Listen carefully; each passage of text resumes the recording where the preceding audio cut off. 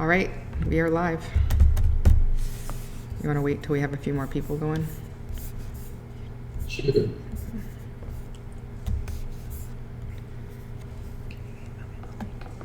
Sure. Jasmine, did you set the stream latency on low? Do you know how to do that or not? No, I don't.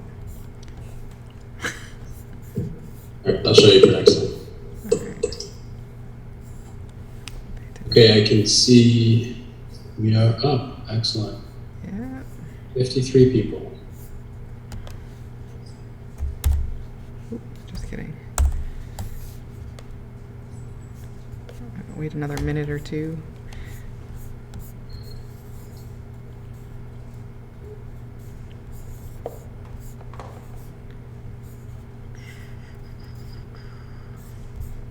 I feel like I should play some music or something. Yeah, do that. Yeah, do that. Okay. I might have to put my headphones on. To do the Darth Vader death march or the march.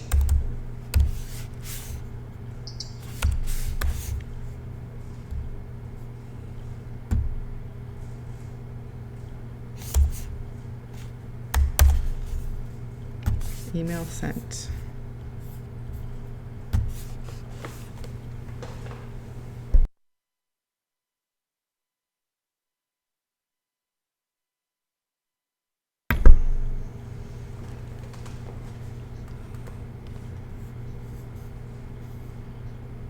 Oh, did I not say that?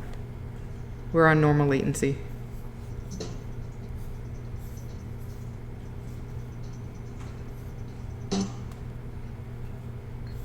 It's probably my voice that's off, so.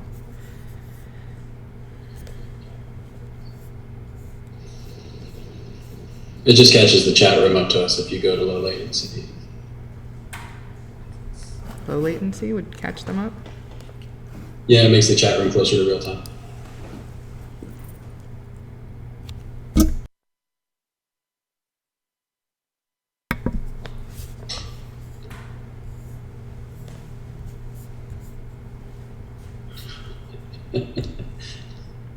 Thanks, Rob. I appreciate that. But not a chance. What was that, Angel?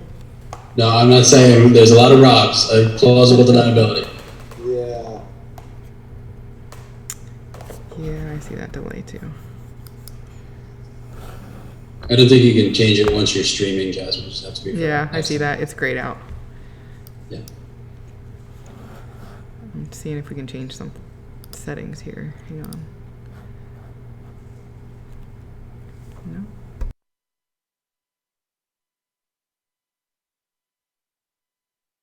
You're gonna go on pretty soon. Yeah, that's fine. Hang on. Let me just finish this up here. All right. We good? All right. Good afternoon, everybody. I guess we'll start out. Today, we're going to try to do this every Tuesday and Thursday if we can, if everybody's still finding this to be a useful tool.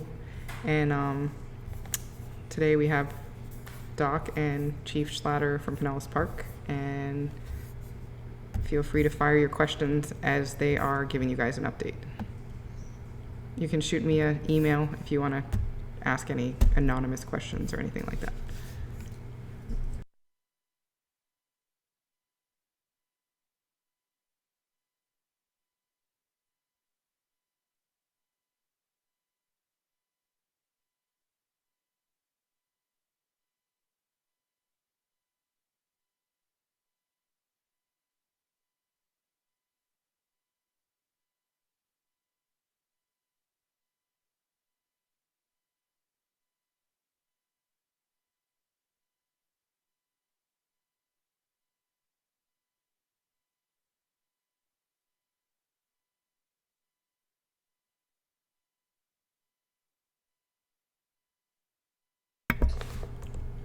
Mark, can you hear us?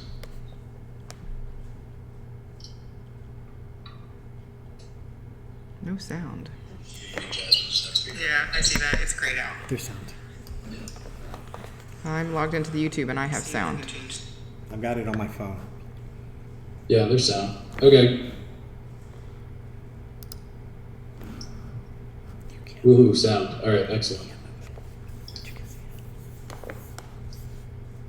All right, so we'll go ahead and get started, everybody. Good afternoon, it's Dr. Jameson, and I have Chief Slatter and Jasmine here with us. Sounds like Craig is stuck in a meeting, so he may join us here in a little bit. I want to start with just a general update as to where we're at, and then show you today's medical control directive so that we can answer any questions about that one. So in general, here in Florida, we are at 2,355 cases and 28 deaths. In Pinellas County, we are at 64 cases and 1 death. There was a question yesterday about hospitalizations. 19 people are hospitalized, or maybe I should rephrase that. 19 Pinellas County residents are hospitalized with COVID-19. I can't tell you necessarily which hospital they're in. Dr. Jameson, on that, yes, sir. On that, I had a couple questions. Does that mean there's 19 currently in the hospital, or 19 of the 68 total have been hospitalized, but some may have been released? I don't know the answer to that right now. I'm just reading these stats to you from the state website. You will notice if you look at the state website that Hillsborough County has significantly more with 142 cases, and that is probably largely due to the fact that Tampa General is doing a lot of in-house testing for this. They've developed an in-house testing capability, and so they're actually churning more tests through than a lot of places. Has something to do with it. One thing I would share with you all is that I've been in touch with colleagues who are ER docs both in New York and Italy over the last day or two, as well as some EMS docs from across the country. And based upon what we're seeing right now, I still think we're on track for a surge in the next 1 to 2 weeks. Several of our hospitals noted today on the hospital leadership call that they're beginning to see small increases in the number of respiratory patients presenting, that, according to the folks who are further ahead in this than we are, seems to be a good indicator that we're sort of in that 1 to 2 week before the really more severe patients get here. And that's partly because it takes a lot of times from the time you become symptomatic, it seems to be taking like a week to get to severe symptoms. So I still think we're on track for that. New York City is getting hit very hard right now. I talked to a colleague of mine the other night. We did our EMS fellowships together. She's working in an ER in Brooklyn, and she intubated, I can't remember whether she said 6 or 10 people in a day. And that's a lot of intubations, even in a busy ER. So I think we should expect to see that coming. Dr. Aseda, who's the chief medical director for FDNY, told me that their call volume is somewhere between 25 and 50% above normal. There was an article in the news today that said New York City has 40% above normal call volume. So that's the type of surge that we're all really racing to get prepared for. That's the worst case scenario, that all this social distancing doesn't have the effect we're looking for, and we still get this big surge. The idea is that if we can prevent the surge from being to the point where it overwhelms the healthcare system, then we can prevent unnecessary increases in mortality. As you've seen in Italy, they were just overwhelmed completely, and their mortality rate is significantly higher. You know, the overall mortality rate is probably something like 1%, although that's a moving number. And Italy has seen more like 5 to 8% for their mortality. So that's kind of the overall goal of all the social distancing stuff, is to slow that down, give us time to get ready, and hopefully make it so that we don't have that increased mortality. So that's kind of where we're at. The curves are still not too encouraging for us. Our curve is still very steep, still looks like the Italian curve rather than the South Korea curves. We're even maybe a little steeper than the China curve right now, which is not. So stay home, stay safe, save a life. I think we all need to keep messaging that to our communities, and the fact that, you know, folks have a social.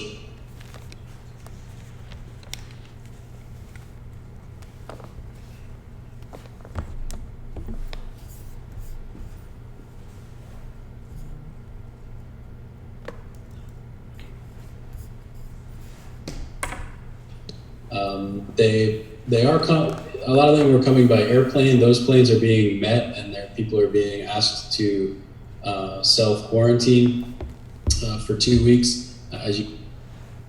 I'm hearing from friends in New York that people up there know that if they come down on a plane, they're going to get put on a list, so they're just getting in their cars and driving. I expect that we're going to see another influx of sort of seeding of the community with more cases, and so that could potentially cause a delayed second spike for us beyond just our local communities baseline cases. So it remains to be seen what happens there. The next thing I would want to share with you all is the medical control directive. You should have seen the assignment in Target Solutions last night, and it turned on live this morning, so I'll go ahead and pop it up on the screen here. Can you guys see that? Is that a yes? Jasmine, can you see it? Yeah. Okay, great. So here's the medical control directive from this morning. This is 2020-13.1, and this is pertaining really only to dispatch. This went effective at 0600 this morning, and you all might have noticed that you stopped seeing the COVID notes in dispatch, and that's intentional. The goal here is to refine and update our screening at 911. It will happen on 911 calls, non-emergency calls, and it will also actually happen on the sheriff's non-emergency line, and may begin to be adopted by the other PSAPs in the county as well. So basically, what we've got is that we're getting rid of the COVID notes and the other notes, and we're just drilling it all back down to the respiratory isolation protocol. The big changes I'll just walk through quickly so everybody is on the same page and understands. The first one is this, that we're going to start using this on every call, not just medical calls. So it'll be on trauma calls and everything. The call takers ask this initial question here, and then if they get a positive answer to that, they ask some more specific questions about whether they're being diagnosed, monitored, or in close contact with somebody who we think might be. Again, close contact is still defined as being within 6 feet while not wearing PPE. Travel history questions are turned off, and that's because there's cases here locally. You don't have to go anywhere to get this. You can get it right here locally. I just got a text from a colleague of mine yesterday who told me that she has been diagnosed with COVID, and she picked that up here locally, obviously. So, this is here in the community, and we all just need to act like that. There are some contact history questions that they're asking as well to really drill down on that, and then they're adding diarrhea to the rest of the flu-like symptoms. There's a list of symptoms that they're screening for: fever, cough, etc. If they turn positive on the screening, they are going to put the respiratory isolation precaution note in the CAD. And so that's what everybody needs to be keying on now. There's not going to be any more COVID, take PPE precaution note. It's all going to be drilled back down to the respiratory isolation precaution. And the reason for that is that at this point, with the amount of diseases in our community, we ought to be assuming that anybody with flu-like symptoms has COVID-19 until proven otherwise. And so really, there's no difference between an RIP or a respiratory isolation precaution note and any COVID note. So that's the rationale there. Again, we want to make this as simple and sustainable as we can. We think that, this is going to be several weeks to a month or more type event where we have this level of stress on us, and we want to make this as sustainable as possible. And so the real take home is that really need to pay attention for the respiratory isolation precaution and take appropriate PPE prior to making patient contact, should you see that. I'll pause there, I think, and answer any questions.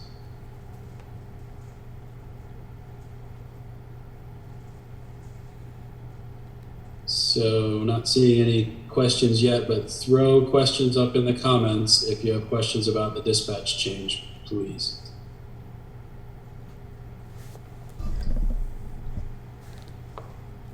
All right, very good.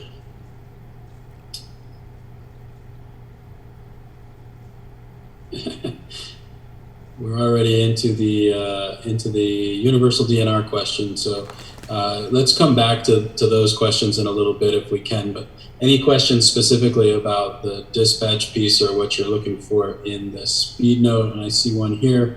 Bloody stool, bloody diarrhea would not be a symptom for COVID, correct? I have not seen any reports of bloody diarrhea. I'm seeing more and more reports that people are having GI upset and diarrhea as their first presenting symptom, along with things like fever, chills, and body aches, and sometimes even before that. So I think that's something that we all just need to pay attention to. This disease seems to be presenting lots of different ways in different people, depending upon your underlying medical condition and lots of other risk factors, which people are still sorting out what those are. So stay tuned. But for right now, I think it'd be prudent to add GI infectious type symptoms to your list of people that you would suspect might have COVID. Okay. So there's a question here from Mark, adult versus pediatric. Let me just pull that up here. Okay, demographics of cases. Age range is 21 to 83. So we don't have any diagnosed under 21. The average age is 51. And here's a good one for all of you. Twice as many men as women, 41 men and 23 women. And that's actually across the world, there's something closer to a 60-40 split between men and women. So men seem to disproportionately get sick with this more than women. So, you know, it is what it is. I'm going to throw the link to this website I'm looking at in the comments so you all can just look at it yourself, okay? Actually, let me get the right link. I'm not sure that's the right one. But I'm going to throw a link up here in a second in the comments to the Florida COVID-19 surveillance page. It's a dashboard.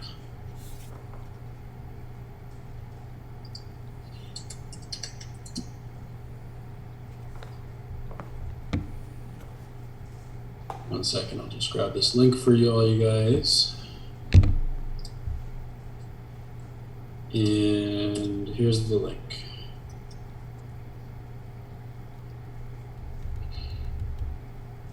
All right, does that answer your question, Mark? Hopefully. We got Dusty's question, and Anthony, let's come back to the DNR thing in a minute. Chief Slatter, anything to add in the way of introduction stuff? The one big thing I've been noticing with personnel has been lack of isolation planning. If they do get isolated or quarantined, planning at home. I think that's really very important, no different than hurricane planning. You always feel more comfortable when you have a good plan in place. We just sent out to our personnel in Tucker City an isolation plan, just a guideline for planning and how to do it. Basically, it's right off the CDC website. Everybody really needs to have that plan in place for their family to know, because it's going to come, you know, 1 minute you're not going to have it, and the next minute somebody's going to call you and you're going to have it. You have to have a plan in place and know what you're going to do. Yeah, that's a great point. You know, any of us that work in healthcare, you know, have concerns about passing things to our family or needing to be isolated, et cetera. So being prepared for those types of questions and issues is very, very important. I know it's certainly an issue in my household as well. Okay, there's a couple more questions that popped in.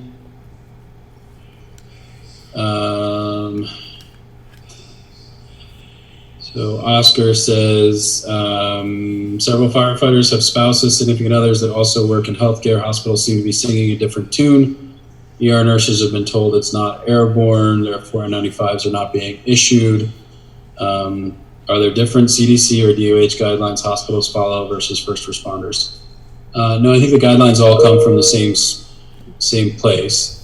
I would tell you that the use of a surgical mask as opposed to an N95 has been put out there by CDC as being acceptable as long as you're not doing up close and personal or aerosol generating procedures. For us as the Pinellas County EMS system, I think in our uncontrolled environment and with our need to do force protection just as best as we can, I am not comfortable telling you to be in just surgical masks at this point. Certainly that is happening in the hospitals, and that's up to the individual hospital. But there are a lot of people working very hard behind the scenes to prevent us from getting to that point for all of you in our system. So I don't think that that's a viable strategy for us right now, or something that I hope we never get to. In a true disaster mode, I suppose it's possible that we would get there, and that's probably better than a handkerchief, which is also listed on the CDC website, to use a bandana. But I really hope that we never get there.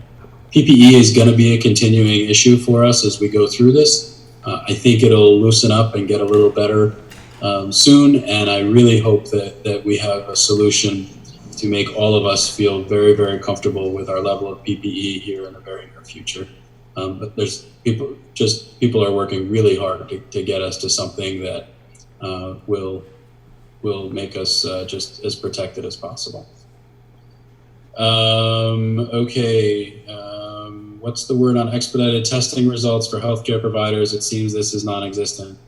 Yeah, so testing of healthcare providers is a priority, and I finally have now heard that at the state level, they are interested in having a fast track for first responders and healthcare workers. I know it's been frustrating, but there is movement there, and I would expect the testing issue to open up here in the next couple of weeks. And hopefully much sooner than that, a fast track lane for healthcare providers and public health workers or public safety workers. But I know it's been frustrating. I do. Oscar, did I answer your question or not really? Oh, I see that there was another one about advices for nurses currently working in our ER. Well, you're going to have to work with your facility on that. I can't speak to what the hospital's infection control folks are advising, given what their processes in-house and PPE resources are.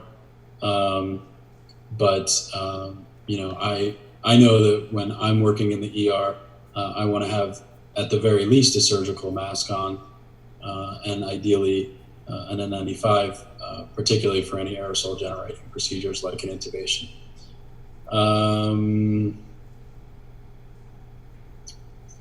Are you anticipating firefighters wearing an SCBA to preserve our PPE mask supply? That is something that we explored a little bit as a fallback option. I'd much rather have you wear an SCBA than nothing. And so we are working with some of the folks from operations about what that would look like, decon concerns, recharging concerns, et cetera. I don't know, Chief, do you want to chime in about who's looking at that and whether they think it's going to be a feasible option? I think it's looking forward as a very last option. I know that they are working, the EOC group, Emergency Management, is working towards more of a P100 type of half mask or a full mask with a filter. And they're working with local companies to be able to create the filters to go into the 3M adapters that we already have.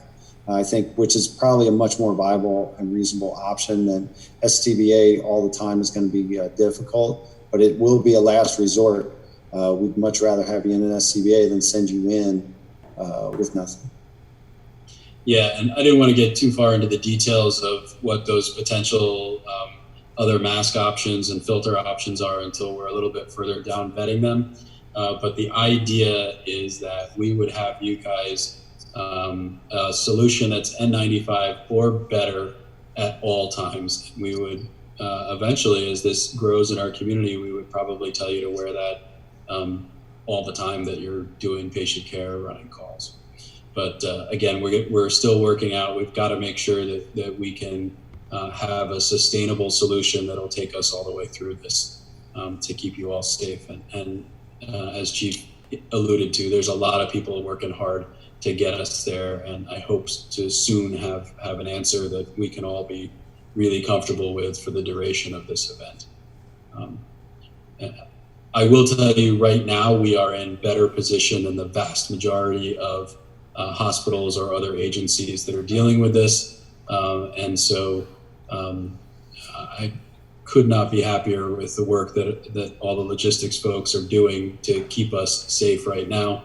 And I'm excited to know that hopefully before too long, we'll have an even better solution that everybody can feel really, really very confident with, and that will be sustainable for the duration of this event.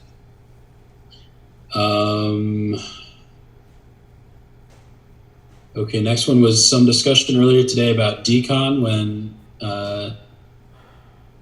deconning the truck, it is still full PPE or gloves, N95s, goggles appropriate so to not recontaminate. Dusty, let me get back to you on that real quick. I want to make sure I have the true answer to that. Hey, Jasmine? Yes. Do you want to see if you could get David Hudak to jump on the call and answer the decon question? Sure. He was able to Zoom with us earlier today, so he might be able to jump on. So, hey, Dusty, if we don't remember to come back to that once we have the expert on the line, please re-ask it. Julie says, if a crew is told by dispatch respiratory ISO, could you clarify what the crew should don as far as PPE to do the initial interview with the patient? And that's good question, Julie. The full ensemble, the whole thing. There's no halfway on these, with the one exception of the Sunstar or ambulance, the person who's driving the ambulance. That person, while they're driving, at least for right now, is a mask and goggles or face shield. But everybody else who's anywhere involved in this, whether you're doing that initial walk up and do the standoff assessment, or you're actually involved in patient care, should be in the full ensemble. There's no halfway. Please, we want to make sure that everybody stays as safe as possible. Dr. Day, can I clarify yeah, please. on that? Making sure that we're talking about the initial first responder coming off the truck is the only one in full PPE, and then they're making that initial standoff assessment of the patient. And if they need assistance from the other crew members will don their full PPE before they make entry into the patient care area. Yeah. Thanks. Sure.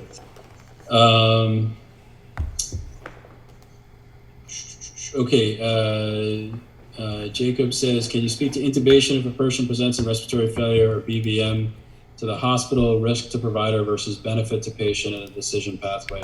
It's a great question, Jacob. One of the things we're working up for you guys is a clinical tool for caring for suspected COVID patients, and that's going to be addressed extensively in there. Airway management is particularly dangerous in these folks because of the generation of aerosols.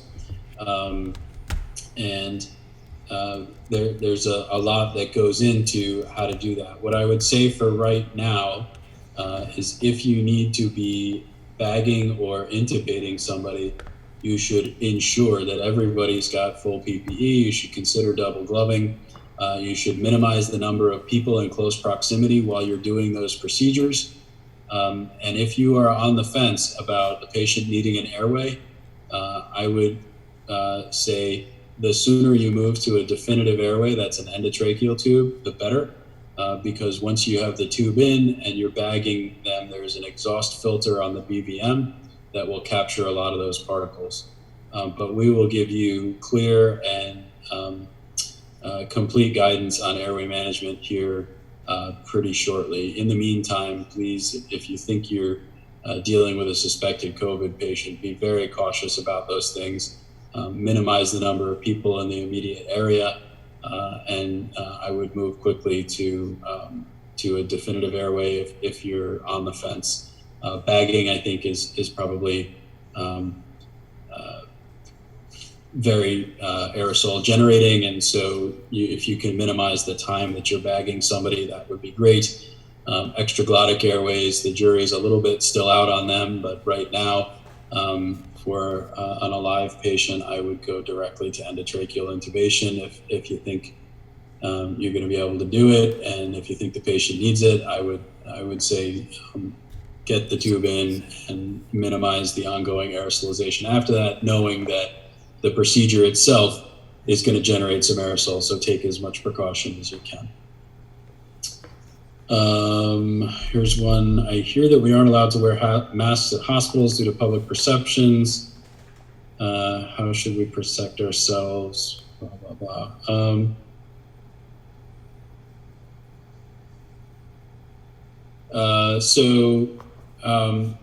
I don't know.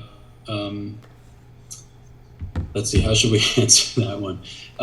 Your first responsibility is to take care of yourself and then to take care of your patients. And you can't do either one of those things if you're sick. So if you believe that you are in an environment with a potential COVID patient, you should be taking full PPE. The corollary to that is that many of our hospitals are moving towards accepting our patients right at the front doors to keep us out of the hospital as much as possible. So more to come on that, but you're going to start to see hospitals accepting handoff right there in the parking lot so that you never even have to go inside the hospital. And we're in active discussions with the hospitals as well as the nursing homes about bringing patients out to us for discharges or transfers out so that we can, again, minimize the amount of time that we're walking through a hospital.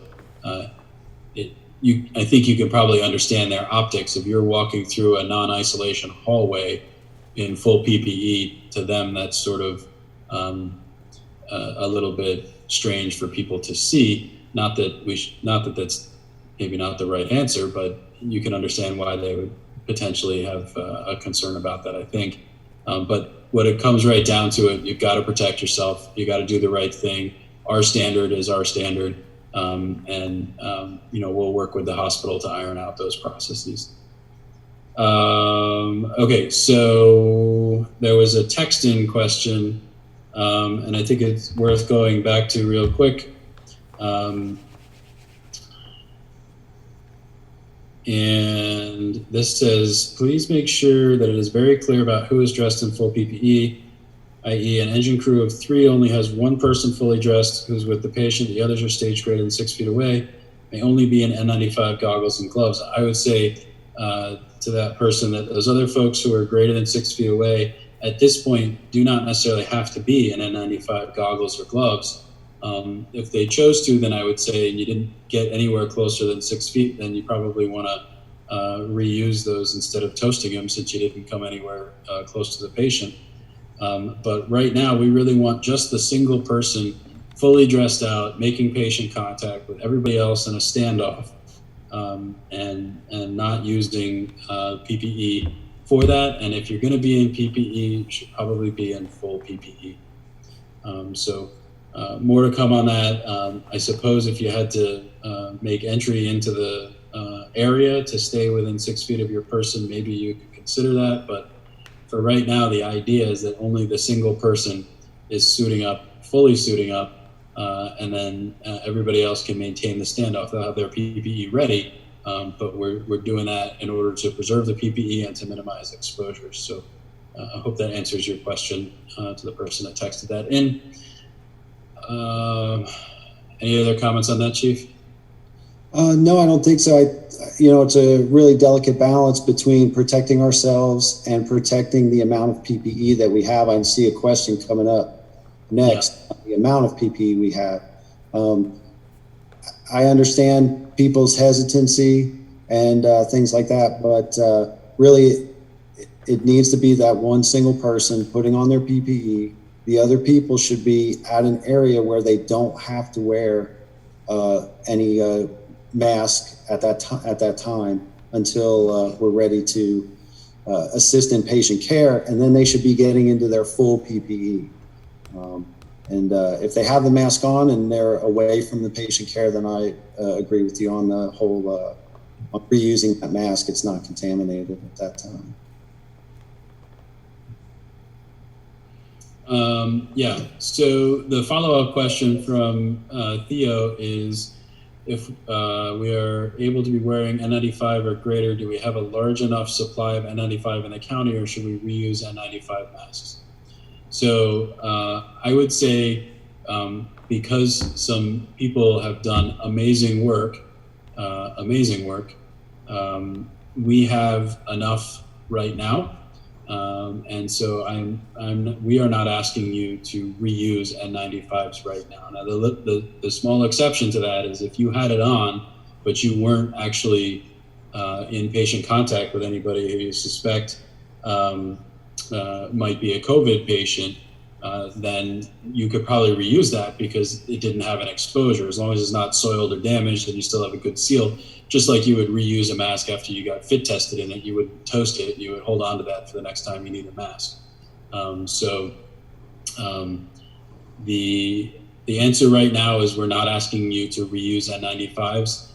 We may at some point say that we'd want you to wear one all day and then just change it if you've been exposed to something that you know about. But right now, no. The answer is not reusing the N95s if you've been in contact with somebody who you think might have COVID. Now, again, if you just had it with you and you had it on for whatever reason, and then you decided that you weren't actually taking care of a COVID patient or whatever, yeah, you could probably reuse that for another call or more, as long as it didn't have an actual exposure. So we are not at this point asking you to use N95 masks for multi-patient use on suspected COVID patients. But as I said, stand by. We're working hard to bring you something that will alleviate all of these concerns very soon, I hope. Next one is from Joe. Since the virus only lives outside the body for a few days, can we store used N95s in a paper bag for a few weeks as an emergency reserve? This seems lower risk than nothing at all. Yeah, now listen, Joe, there are people, including friends of mine, who are working in ERs and they are given a paper bag, and that's where they keep their dirty mask in, and they will use it again. That is something I'm working hard to keep us from having to do. And there's a lot of people, as I mentioned, working hard to keep us from having to do that. So hopefully we don't get to having to give you a paper bag. I think it's pretty hard too. The data is out there right now is back and forth on the time frames that the virus actually lasts outside the body. I read one report that the Princess cruise, they found virus 17 days later. That was a single story, but it's just so everybody's has different time frames of how long it lasts, and nobody can come up with a consensus.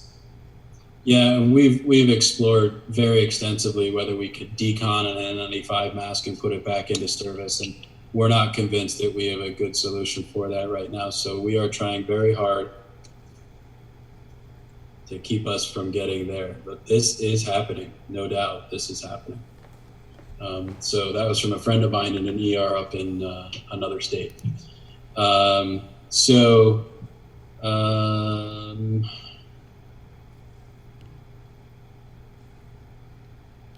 Would it be allowable on respiratory isolation calls for an FD to transfer patient care to a 3-person ambulance crew if 2 of those crew members are in full PPE?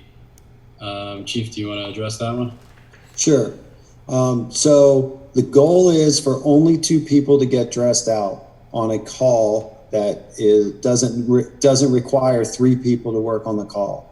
So just looking at that question, that would mean the fire crew person got there fully dressed out, and 3 Sunstar ambulance personnel came up, and you would be dressing out 2 more personnel. So that would be using 3 sets of PPE. So no, it's not acceptable, or it shouldn't be allowable unless the patient warranted care of 3 people. Then absolutely 100% they should be doing it. Great. Billy says, when should we switch from the paper PPE to the Tyvek suit? And the Tyvek suit is basically the backup right now if we were to run out of the gowns. So right now, the Tyvex or Tycam or whichever brand you happen to have, that's a backup. And so we really want to use the regular gowns while we still have them. Let's see.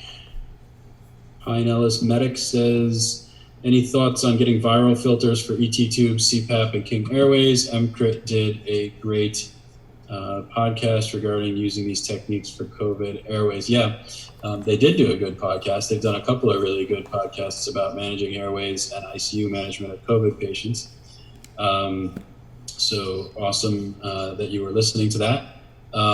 So I will tell you that our BVMs have filters on them on the exhalation ports, and those are viral rated filters. So if you have a BVM on top of a tube, the exhaled air, assuming the tube's got a good seal, is going through that filter, and that significantly diminishes the aerosolization of virus particles up into the air coming off that patient. However, it's important to mention that that does not alleviate the need to be wearing proper PPE. You do not want to take that chance. I think we've all seen a BVM pop off the top of an endotracheal tube at some point during a call. So that is not 100%, and that would not be something I would rely upon, but it is something that you have already there on your BVMs. We are actively looking at whether we could fit vent circuit filters, which are viral rated, onto our CPAP. But CPAP in general right now should try to be avoided in any of these patients because we know it generates a lot of aerosol, but we're looking at it. And again, the same thing would apply to a King Airway. If you're bagging on top of the King Airway, you would have that exhalation filter on the BVM, which would do well. The jury, I think, is still out on King Airways, unless Pinellas Medic, if you want to chime in, if they've said something different that I haven't heard yet about King Airways. iGels, LMAs, that kind of stuff are generally not thought to be a good enough seal to prevent virus coming around. So not as good as an endotracheal tube with a filter on your BVM, or if the patient's on a ventilator, it's the filter on the vent circuit that's essentially the same. So chime back in, Pinellas Medic, if they said something different about King Airways that I missed. Okay, Scott asks, can you talk more about the rate of rise? Have we flattened the curve at all, and how might that affect us compared to areas already past capacity, such as New York? And the answer, Scott, I think is we don't quite know yet. Let me see if I can bring this up. Let me just put see if I can put a window up here. Let me try and share another window real quick.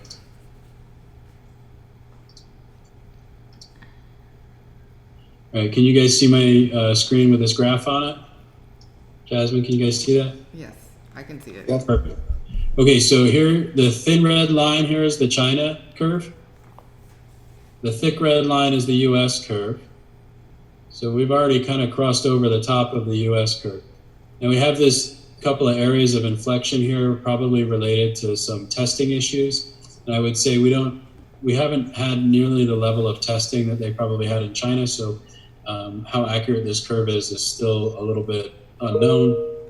But the gold standard that people talk about is South Korea. You see how they flattened their curve right out.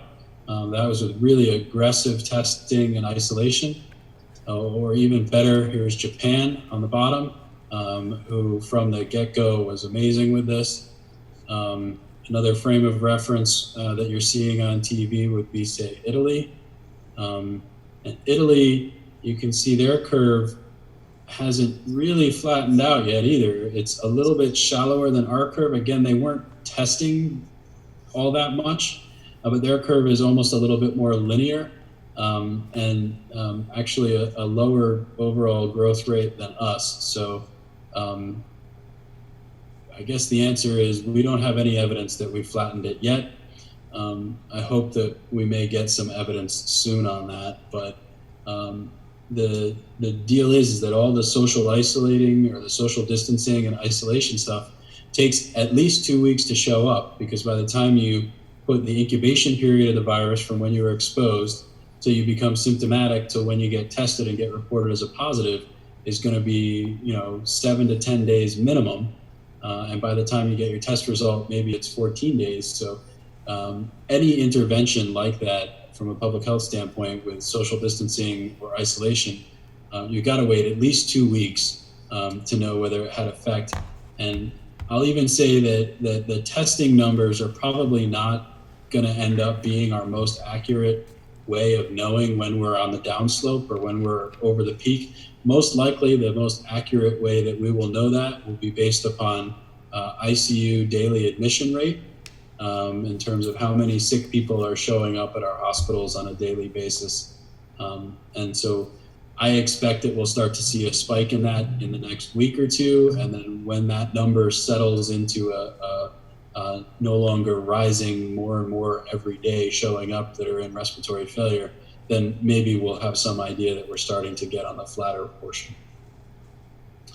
Hopefully that answers your question, Scott. Okay, Julie, if the person is not deemed a COVID patient, how should it be documented the PPE was downgraded, and will that PPE be used on the next call? How can that be documented so it is captured that it was not used? I have Okay, so I have an answer for that. Jasmine, you have the answer to that one? I do. So there's been an addition to the EPCR changes. There's an area in the EPCR now that you can actually put N95 reused or N95 new. And that's for if you had no patient contact and you took that N95 off and you used it again. That's for PPE tracking purposes, but it is now going to be one of the drop downs. It's in the review crew section. Say that again, where is it? In the review crew section, like it's gonna be in the drop down by the N95. So when you're putting in what you've used, there'll be a new or a reuse. I say just take a look at that next time you're filling out the criteria. Yeah. And did that turn on today, Jasmine, I think? I know it's new. I don't know when. Let's see. Clarification.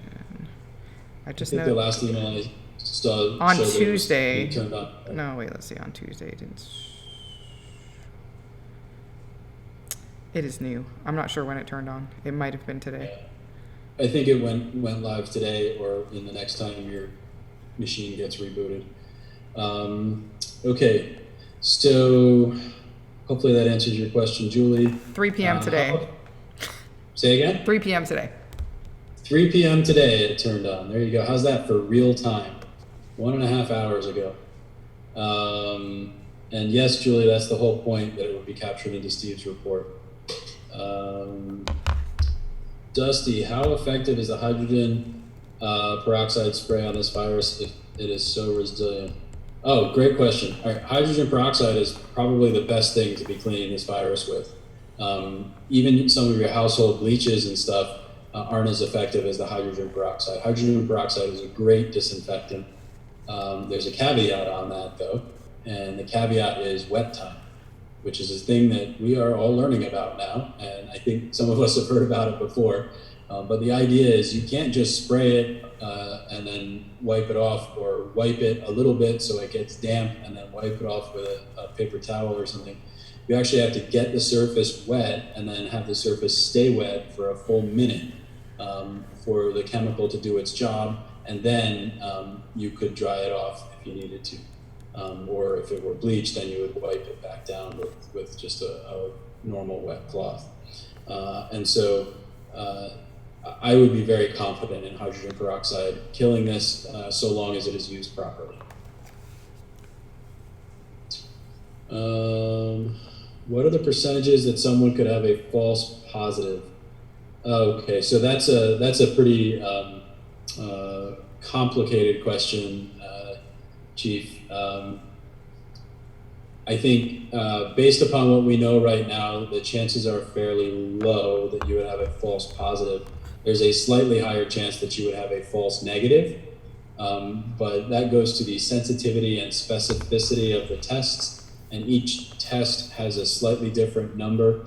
I would say that if you get a positive, chances are that's a real positive. If you get a negative, there's some small percentage that it's a false negative, but those numbers change with each actual different company's test and each, and how the swab was obtained, whether it was done with proper procedure, et cetera. So it's a little bit of a tough question to ask, but a positive, I would take that one to the bank and just assume that it's correct.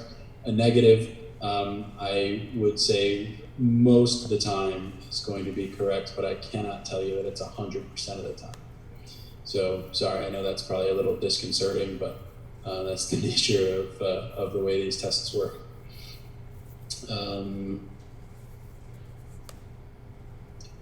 Have we given consideration to decon of turnout gear when working an MVC or other incident where we could be dealing with patients that may present with symptoms of COVID-19? I don't know, Chief, you want to talk about that one? Probably not. So yeah, we're considering, it should always be taken into consideration when we go on in the contact that we're making and the type of contact that we're making. If you can, obviously part of the assessment, the walk-up assessment that the paramedic is doing initially should give you some idea of, or make you more thinking that you'll need to decontaminate the bunker gear. Then if you get into the unconscious patients, departments may want to look at just starting to decon the gear when they have to wear it with unconscious patients that they can't question. And then hopefully if they go to the hospital and they get tested positive, it will come back through the DOH and we'll be able to find out. But right now I'd use the similar precautions that we do with the questioning and when you're putting other people in those situations. If it's a patient that would be a respiratory isolation patient and you had to get close to them, the gear needs to go into the washer. Yeah. There's a related question. I've had this question from a couple of people, and that is in relation to cardiac arrest patients. So the question is really, should we be in full PPE for any cardiac arrest patient at this point? We have not put that into the guidance yet. We're talking about it. But I would say if you have any reason to suspect that cardiac arrest patient could be a COVID patient, then absolutely. And I suppose I wouldn't fault you for wanting to do it on any cardiac arrest that you didn't have a really pretty good idea otherwise that they didn't have COVID. So again, this is one of those ones where we're asking you to be reasonable and be proactive in terms of protecting yourself, but not, go overboard. So we'll try and address that in the upcoming guidance. But if you felt like you couldn't rule out the COVID as the cause of the arrest, yeah, you should be in full PPE. So how's that for a non-answer? We're trying, guys. Some of these things we don't know the answers to yet, frankly, but we're trying to give you as evidence-based guidance as we can, and combine that with simplicity, sustainability, and common sense. And that's really what our goal is here, is to keep everybody safe. I'm hearing from folks in other places that 10% of their healthcare workers are becoming infected. And my real goal is to get us through this with few or none of you guys getting infected, at least not at work, and nobody having any severe problems from this. I think that would be incredibly successful if we made it through this with that as an outcome. And I just say again, there's a lot of people working hard behind the scenes to get us as ready as we possibly can and to make that goal a reality. Okay, here's one on the blood test coming out. So so there's lots of new tests coming out for COVID. Let me just look at my notes here from my call with the hospitals this morning. Um, I can tell you that Tampa General has in-house testing, pretty robust capability. And I asked all of our hospital systems in the county this morning on a call how many of them or what their experience is with testing right now. And I can tell you that several of them have actually sent samples over to TGH to get tested, but are all running anywhere between a day and sometimes 5 to 7 days to get results back. But I can also tell you that they are working very hard to bring that down, and that several of our hospital systems are working up the ability to test right there in the hospital in-house, the way TGH has been able to do. TGH actually has what they call an esoteric lab. So they had infrastructure in place before this that they were able to leverage. So I don't want to make it sound like the other hospitals should have had that already. They had a particular research program over there that happened to be well suited to handle this. But I have heard from at least 2 of our local hospitals that they are hoping to have in-house testing capability within the next 2 weeks. So I think you're going to see a big change in the way testing goes over the next couple of weeks. And I really hope that the timeline to get a test result comes way down. I think it will. And I think you're also going to see different types of tests. So the current tests are what are referred to as nucleic acid amplification tests. For all you biochemistry nerds out there, that means you go in the lab and you do a polymerase chain reaction on a sample of nucleic acid and see if you can blow up any virus DNA to the point where you can actually detect it. So it's really actually looking for the presence of the virus's DNA, well, actually RNA, it's not DNA, but it's RNA, on the swab that you took from the patient. So that's what's called a nucleic acid amplification test. They are technically somewhat difficult and take time to actually run. Some of the new tests are immunoassays. So that's a serologic test where they're looking for antibodies in your blood to the virus. And that would be either IgG or IgM, depending on what state of, or both, depending on what stage of infection you're in. And as those come out, and I hear they're going to be on the street probably by the 2nd week of April, Chief, so I think it's a little bit yet. But as those come out, we're going to get a lot of really interesting information about what is the seroprevalence of asymptomatic carriage or infection or contagiousness in the community, and how many people have had this and recovered and didn't even know it. All those questions are going to start to get answered a lot more definitively based on those serologic or immunologic tests that I think are going to come out. The nice thing about those is some of them you'll have an answer in a few minutes, like 45 minutes or less. So there is a lot of discussion of point-of-care testing, even self-testing and home testing that's coming down the pipe. I think you'll see that change significantly over the next few weeks. And I can give a little update on that too. Had an actual phone call today. They are actually marketing the blood serum test currently, and say it'll be available and delivered in 2 weeks. So a 10-minute test. So it'll be 10 minutes. Yeah, there's a lot of stuff happening with that, and I really think that our testing backlog will get caught up significantly in the next 2 to 3 weeks, and we'll have a different idea about what's going on in our community in terms of this virus when that happens. Again, the goal is just to hold off the wave using social distancing and all that other stuff for as long as we can to allow us to catch up with these capabilities, whether that's testing, whether that's ICU beds and ventilators or PPE or whatever.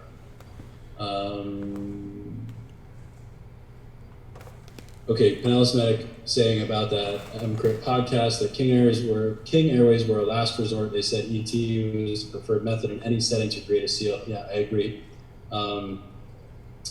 I wasn't sure if we ran a code if the viral filter would help with our system to better protect us. So yeah, but the viral filter already exists on the BBM, so I wouldn't build an extra one necessarily into the stack on the top of the King tube, but we'll give you very specific guidance on that over the next week or so, I think.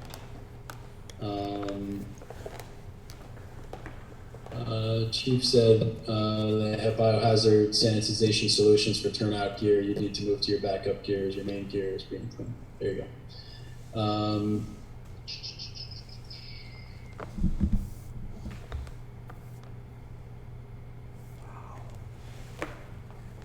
Yeah, so as far as the nebulizers go, right now, I would say if you can defer the nebulizer, defer it.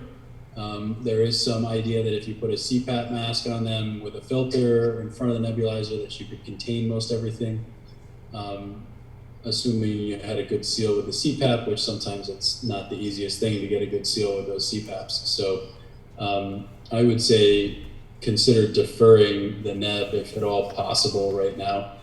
You could use maybe the IM epi if you needed to get somebody some bronchodilation, but we already have a draft version of that they're working up right now in terms of what the alternatives to nebulizers are. So stand by, that's coming.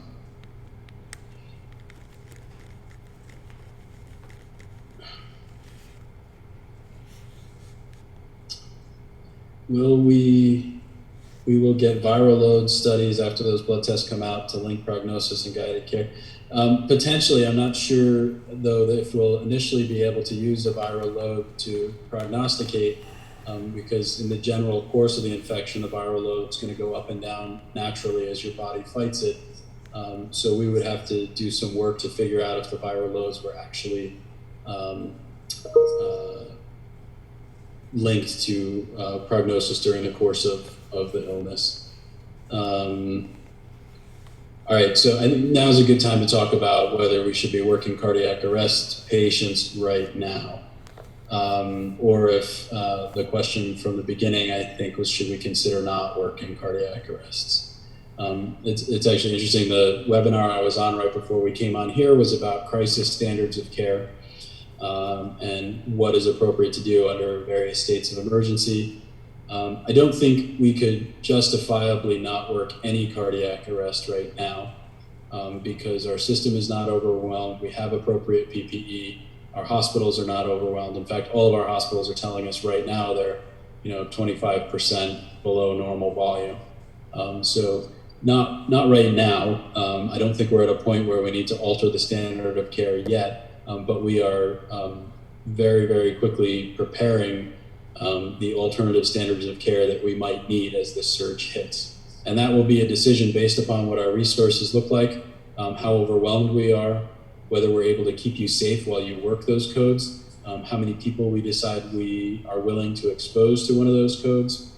I think that there will be a point, if it gets bad, where we will say some or all codes may not be worked. It would probably be some codes rather than a blanket statement for all. It might be, well, if we find you in VFib, we'll work you, but not if we find you in any other rhythm. And then we might work you for a shorter period of time.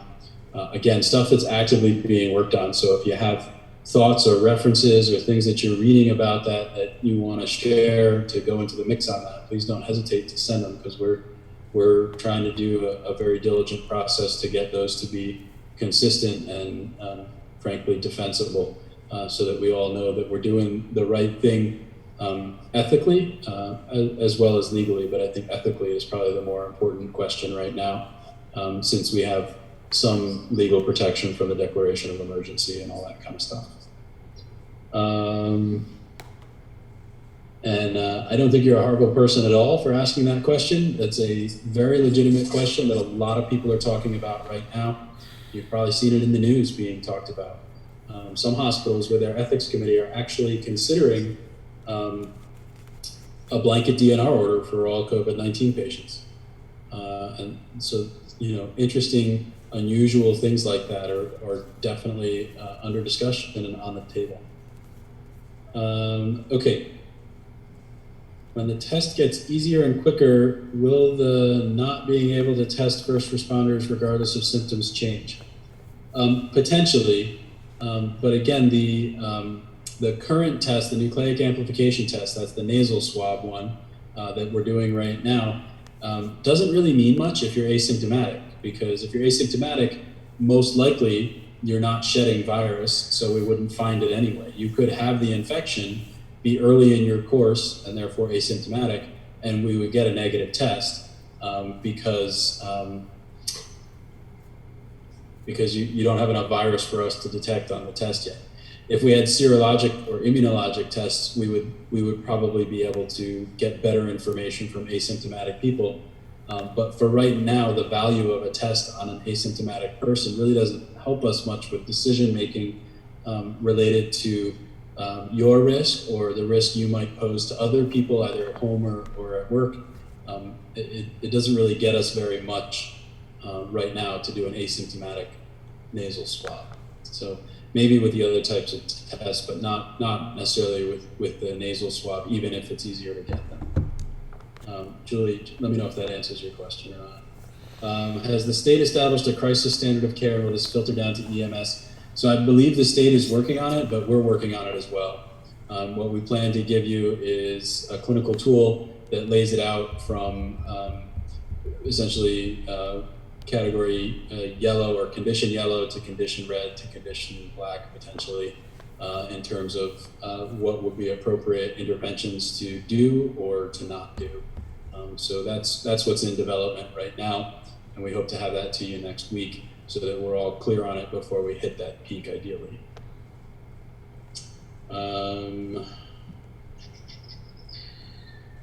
What sort of vital signs are you looking for in refusals who have COVID symptoms? Is only a manual BP acceptable? Well, so only a manual BP is always acceptable.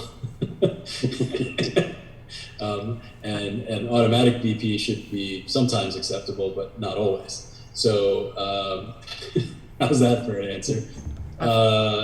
Yeah, manual BPs are good, and that is actually the intent. I'm just opening the document, the draft document here for what our numbers look like. So I don't want to show this because it's still a draft. It's based upon a draft from the state. And we're here, actually myself in collaboration with the medical directors from the city of Tampa and Hillsborough County are trying to get to something that we all agree on as a reasonable standard for the region. Right now, the vital signs are a respiratory rate between 8 and 20, a SAT 94 or better on room air, a heart rate less than 100, a systolic pressure greater than 100, a GCS of 15, and an age between 13 and 50. Those would be the folks that we would consider triaging to stay at home. But again, this is a draft, so I don't want to share it out quite yet, but that's the general idea. There's some other criteria that they would have to meet as well. And one of them is going to be probably paramedic intuition, like you are not super worried about them. They look okay. As always, we want to make sure that your clinical judgment goes into the mix, just like on trauma alerts. So yeah, that's kind of where we're headed, Lawrence, but we'll get you a final protocol out here before too long. Some of this stuff, when it comes to alterations in the standard of care, it's better if we can put it through a really rigorous vetting process before we drop it. And this is sort of one of the weird things about this event is it's like a disaster or a hurricane with 3 or 4 or 5 weeks notice. And instead of lasting a few hours, it's going to last a few weeks or more. And so a lot of the work that you see going on right now is people working really, really hard to put all the pieces in place to let us go through this as smoothly as possible. And that's certainly one of the pieces. What about signatures from patients? Dusty, that is a fantastic question, and we are actively debating what's the best way to do that right now. If you got any great ideas, please share them, because we are looking at all possibilities for that, and that is a real big deal. I don't really know if we want to hand them our computer to sign. So let me know what your best idea is on that, and we'll toss it in the mix with the other ideas because we're still working on that. With the SpO2, we have to use the monitors. No, probably we're going to use a fingertip pulse ox. We ordered up a bunch of those so that you could just have a stethoscope, a manual BP cuff, and a fingertip pulse ox to go to the patient's side so you wouldn't have to take them off. Dusty, does that answer your question? And Larry or Lauren, just let me know. Okay, so the next one is, did the pilot program with flu COVID trucks get started yet? No, it's not live yet as far as I know. Chief, do you want to speak to that? Sure. It's not live yet. Jackie at 911 Communications, they're working hard. I just spoke to her right before this call. They're working hard on setting up the protocols with their dispatch. St. Pete's working hard at getting their trucks outfitted. They have to put in the Wi-Fi to be able to run the system that they're going to use. Sunstar is pretty much ready to go. We had a good meeting on it yesterday, and so they're just working on the logistics of those things, and then we'll be looking to get it started, or get it to the get to the executive policy group for approval, and then get it started. Yep. Anybody with any questions about the stay-at-home stuff from the board yesterday? I think one of the things we could all do is help with that messaging to our communities about why it's important for people to stay home even if they're young and healthy. Maybe while I'm waiting to see if anybody puts a question, can we document the patient's unable to sign or explain in a narrative? Yeah, all those ideas, Mark and Bill, all of those ideas are under discussion, trying to figure out what the best solution is. I did want to share though that you may be seeing this, and I want to just put it on your radar, that it's not just old people that are getting severe disease from this. More and more and more, we were hearing about younger people with severe disease. I don't know if you guys saw the sidewalk interview that got done with the ICU doc from up in New York, but he basically said, don't kid yourself. We're seeing all ages get sick with this. It's not just old people. And I just got a text this afternoon from a colleague of mine that one of his classmates from medical school is sick with this and having he's taking care of himself at home for now. He may end up in the hospital, but he's having his SATs drop to 90 and on Q1 hour nebs at home to keep his lungs functioning. And he's a relatively healthy, not old person. So this is definitely something that we all really need to take seriously. Even if you're young and healthy, please make sure you take this seriously and take your PPE seriously. When I talked to the ER doctor over in Italy that we know from when he came to train with us last year, he said that the vast majority of people that were getting infected in the healthcare setting, he thought got infected because they were a little bit lax about their PPE use. So I think the messaging really needs to be, this is no joke. You've got to do the right thing with your PPE to protect yourself, your coworkers, and your families. What else do we have?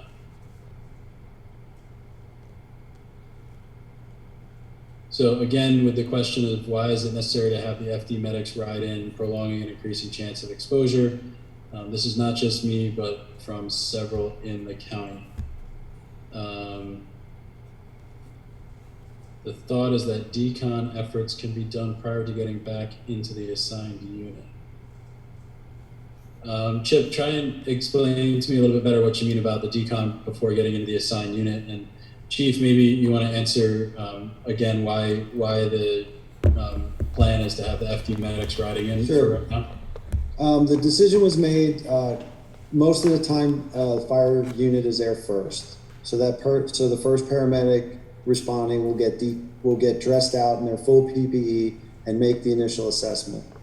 When the ambulance comes and the patient's going to be at transport, we only want one other person getting into full PPE because we're trying to save on our PPE and be responsible with it.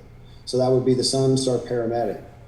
They cannot bring a patient in and out of the ambulance without having two people. So it kind of defeats the purpose of saving the PPE if the EMT has to put on full PPE, then get in the ambulance, drive in full PPE, and then get back out. So we burned 3 sets of gear versus 2, and the decision was made by the operations working group that it was more effective to take a load and go approach and get that person to the hospital, and then the fire crew help the Sunstar decon the back of the unit, and then get available. Great. Michelle says, what about a paper refusal that we snap a picture of and leave form and pen with patient? Yeah, we've actually got a draft of that, Michelle. We're just trying to figure out if there's any way for us to do that. I certainly wouldn't want to take my personal cell phone in there with me and have that out while I'm in PPE. And again, we're trying to avoid taking necessarily the EPCR to the patient side as well. So that's one option that we're trying to figure out how we would do it. Voice recorded is another option. We're talking about whether that happens on a radio, on a cell phone, somebody at the doorway keys up a mic and we do a radio refusal, or call into a recorded line and doing it. We're working through those as well. Another thought is document well in the narrative, 2 clinicians sign as witnesses, don't have them the EPCR pen. Yeah, that's exactly one of the thoughts as well, Mark. Donna says, if a clinician is exposed to a positive patient and then he interacted with other clinicians, does the second clinician need to be quarantined? So the answer to that, according to the CDC, is generally no. I don't know, Chief, do you want to address what's going on with the exposure follow-up working group? Sure. So currently right now, that would not be considered an exposure for the second clinician. If the clinician that he interacted with then became symptomatic, then it could become an exposure after that, he or she. But the way that's worded right there, no, that second clinician's not need to be quarantined. But what they should do is self-monitor. That includes all the items, flu-like symptoms, as well as regular temperatures. I believe it's recommended twice a day for somebody that's in that type of an exposure thing to do their temperature twice a day, once in the morning, once in the evening, just to make sure if they show any signs that they're immediately isolated, and then they can continue the contacts behind them to tell people to self-monitor. Yep. Yeah, so right now, a contact of a contact, basically. Is that right, Chief? A contact of a contact is not having to isolate or quarantine? Correct. Okay. So, let's see how we're doing. Looks like we still have a good number of people on there. So we'll give you guys a couple more minutes to throw in questions, and then we'll move towards wrapping up. I think so we've been at it for over an hour already. And I'll stall for a few seconds to give you time for the chat room to catch up. I hope that everybody's looking at this as something that's not going to go away right away and preparing themselves for that. Whether that is figuring out where you would go if you had an exposure so that you had an alternate plan besides going to your house, or whether that's thinking about what your coping strategies are going to be during this. This is going to be stressful for all of us. I'm sure it has been already, and it will continue to be. So I would like to just emphasize again that it's important to make sure that you're looking out for yourself and others as we go through this. We are very clearly on the front lines, and it's nice to hear people recognizing that, but by the same token, we need to really watch out and take care of ourselves as we go through it. I know something I'm trying, and I'll just share it with you guys, but I'm trying to take, a little bit of time every day and do something completely unrelated to COVID, whether that's a hobby or just be outside in my backyard for a minute, or whatever it is, just something completely unrelated, something that is a little bit more normal and puts a little normalcy and perspective back in your life. To me, that's been very helpful because, as you all know, we've been working on this 24/7 for 2 or 3 weeks now. And that's a strategy that's worked for me, so I'll just share that with you guys. We have one more question coming in. Can the ESO program be used for us to track patient per city for possible testing outcomes and helping with possible clinician isolation? Bill, do you mean the ESO hospital data exchange program? Is that what you mean? And in the meantime, Dusty, printing, yeah, there's folks who are working out what the deal will be for printing when you're dropping off at the door. They're actually, we're talking about that today, what the solution will be. I don't have it yet for you, though. Bill, if you're talking about the hospital data exchange, I don't think that we have that set up in a way that would necessarily be helpful for us right now, and it's still a bit of a work in progress, and frankly, with our hospital partners, has probably been put on the back burner for the moment. I'm not sure what you mean by, hey, Bill, I'm not sure what you mean by track patient per city for possible testing outcomes. I get what you mean by clinician isolation, like we took somebody in and then they tested positive. That there is a process in place to get that information back to us through the designated infection control officer. And I guarantee you I'm on the phone with DOH people every day, pushing them for results on patients that we're waiting on to get crews back to work, et cetera. But we have had examples of people transporting patients that then were tested and were positive, and it came back to us through the appropriate channels so that we got notified and could take appropriate actions. So that process, I don't think relies on ESO right now. As far as how many patients per city, we do have some dashboards built off the 911 system that will probably help you to do that. And we may do something in First Watch as well to allow you to see more granularity on those patients. But I'm not sure that the ESO platform would necessarily do that for us in its current format. So we're trying not to overly complicate things and do as much as we can with our current systems and abilities and normal operating procedures, just bulking them up as opposed to coming up with new procedures wherever possible. Okay, I see another one. Do we have an expected timeline for a surge? I know some hospitals are saying April 5th. So today is, let's see, today is March 26th. April 5th is probably not far off, Michelle. We started to see cases in the community around early March, and generally there's a 2 to 3 week lag time. We started practicing social distancing and trying to do all those things a week or more ago, so hopefully that slowed it down a little bit.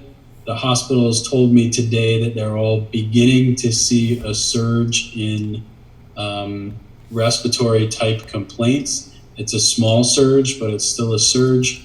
And the docs who I've talked to in New York and Italy and everywhere else says when you start to see that little trickle of patients, 1 to 3 weeks should be your timer.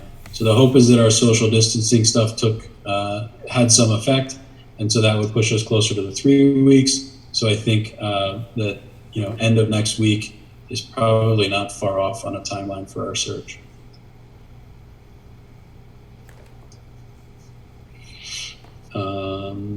All right, so I don't see any other questions there. We are going to continue to try and do these every Tuesday and Thursday. I will do them more frequently or less frequently, whatever you guys tell me you want. And we'll try to keep answering the questions as best we can and being as straightforward with the information as we can. So if you have any last questions, throw them up now. We'll wait just a little bit longer, and then we'll go ahead and wrap it up. I appreciate you guys all taking the time, and I really appreciate what you're doing out there. Paying attention to the information, making sure you're keeping yourself safe, and being there to get our community through this. It is no doubt that we are on the front lines of this. We say it all the time that EMS sits at the intersection between public safety, public health, and healthcare. And that's why we are right in the middle of this. Got one more from Ryan. Have you seen the pediatric study showing critical outcomes for children under 5 and under 12? I've seen it. I haven't read all of it yet. Yeah, this is what I mean. This is not just old people. The more we find out about this, the more we know that this manifests itself in many different ways and is manifesting itself differently than, say, flu, where we would just expect people at the extremes of ages to have a problem. So no, I haven't read the full article yet, Ryan, but I do have it sitting there waiting to read. Jacob says, is there any talk about having a primary receiving facility, or we round robin the hospitals when the surge hits? The plan is to round robin right now. Retransports are, of course, a problem for us. We don't necessarily want to do that more than necessary. So the answer is no. When I asked the hospitals today if they were planning on cohorting patients at specific facilities, they said no. That right now they're planning on being all facilities. The plan for when the surge really hits is that the hospitals are putting their bed capacities, their ICU capacities, and their ventilator capacities in a web EOC board, and we're going to use that to manage the flow of patients around the system, very similar to what we do during busy season surges using system status management. That's our current plan. All right, Randy, thank you. Okay, so seeing nothing else, Jasmine, any final thoughts? No, we're gonna do this again on Tuesday afternoon, providing everybody can get here. And if anything changes, just keep an eye out on your target. All right, Chief? Just one thing to add on to when you were talking a little bit is try not to get frustrated. I know it's hard sometimes, you know, you feel like you're decontaminating every piece of equipment you have every single time you walk by anybody. But we all really have to help each other out. Make sure we help the Sunstar units out with the deconning, the person that's in their PPE from the fireside before we take it off. You know, we just all have to help each other out and not be so frustrated and not take it out on each other, because really, you know, I'm with Doc. I expect things to get a little hotter here, get a little worse, and we all have to be ready for it and working with each other all the time. But I appreciate everybody's strong effort. There's been a very strong effort out in the EMS community, and everybody's doing a great job. That's all I got.